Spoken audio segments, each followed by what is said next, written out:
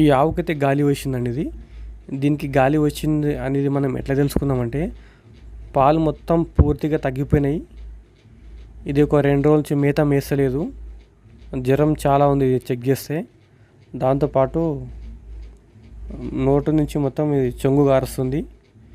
దీని నోరు మొత్తం ఎప్పుడు చూస్తే మొత్తం పుండ్లైపోయినాయి. నాలుక మీద మొత్తం పుండ్లైనాయి. అసలు నాలుక మొత్తం చిట్లిపోయింది.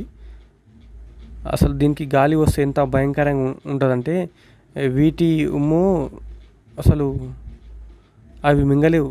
దీంట్లో ఉమ్ము గిడంగా ఇవి మింగలేవు. అంత డేంజర్గా ఉంటుంది అన్నమాట గాలి వస్తే. దీనికైతే ఒక కంటిన్యూగా 3-4 రోజులు ఇంజెక్షన్ వేయడం జరిగింది. దాంతోపాటు రోజు అంబలి, అరటిపండు తినిపించడం జరిగింది. ఒక 3-4 రోజులు ఇంజెక్షన్ వేస్తే తగ్గిపోయింది.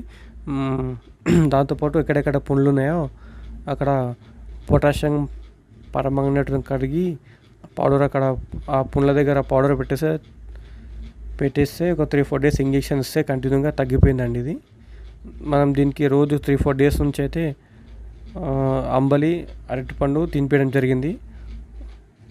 4వ రోజు నుంచి మేత మేయడం మొదలుపెట్టింది. ఆవుల షెడ్లో ఈ ఆవుకైతే గాలి వచ్చింది, ఆ ఆవునైతే కొంచెం దూరంగా కట్టేసేయాలండి. గాలి వచ్చిన ఆవునైతే కొంచెం దూరంగా కట్టేసేయాలి. గాలి వచ్చిన ఆవుకు పెట్టిన మేత వేరే ఆవులకు పెట్టొద్దు.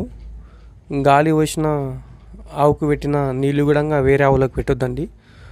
గాలి వచ్చిన ఆవుని కొంచెం దూరంగా కట్టేసేయాలి. మిగతా వాటికైతే గాలి సూలు వేయించుకోండి. గాలి రాని వాటికైతే, గాలి సోకని వాటికైతే గాలి టీకాలు వేసుకోండి కంపల్సరీ. ఈ టీకాలు అనేది గాలి వచ్చిన ఆవులకైతే ఇవ్వద్దు టీకాలు ఇవి.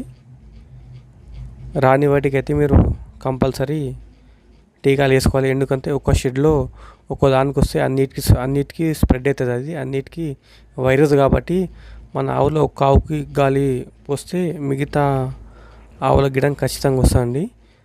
వాటికి రావద్దంటే టీకాలు వేసుకోండి. వచ్చిన ఆవునైతే కొంచెం దూరం కట్టేసేయండి. ఈ గాలి పోసిన ఆవులకైతే అరటిపండు, అంబలి తాపియండి.